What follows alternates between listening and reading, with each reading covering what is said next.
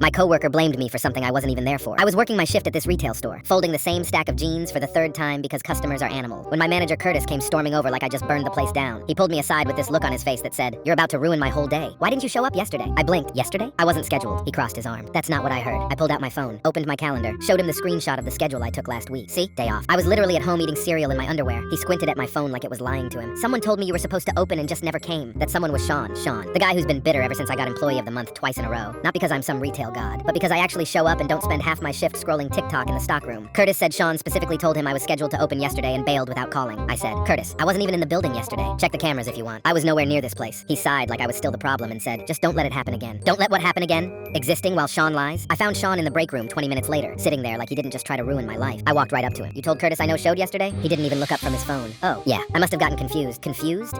You literally made up a whole story about me not showing up to cover for something. And now you're just gonna shrug it off like you forgot someone's birthday? I said, "Confused how? I wasn't on the schedule." He finally looked at me, all smug. "I don't know, man. Maybe I saw your name somewhere." Somewhere? Like in your imagination? I walked away before I said something that would get me fired, but I wasn't letting this go. I started asking around. My coworker Michaela pulled me aside later and said, "You know Sean was supposed to open yesterday, right?" I froze. "Wait, what?" She nodded. "Yeah, he was scheduled and didn't show. Didn't even call." Curtis was pissed. Oh, so that's what this was. This man no-showed his own shift. Panicked and threw me under the bus to save himself. I marched straight back to Curtis with Michaela, pulled up the old schedule from last week on the computer in the office, and pointed. "There, Sean. Opening shift, yesterday." Curtis stared at the screen, then at me, then back at the screen like it was a magic trick. His face went from confused to absolutely done. He called Sean into the office right then and there. I didn't go in, but I could hear it through the door. Curtis said, "You told me he didn't show up, but you were the one scheduled." Sean tried to play it off. Oh man, I must have mixed up the days. Honest mistake. Curtis wasn't buying. An honest mistake is forgetting to restock something. Lying about a coworker to cover yourself? That's not a mistake. That's intentional. Sean got written up on the spot.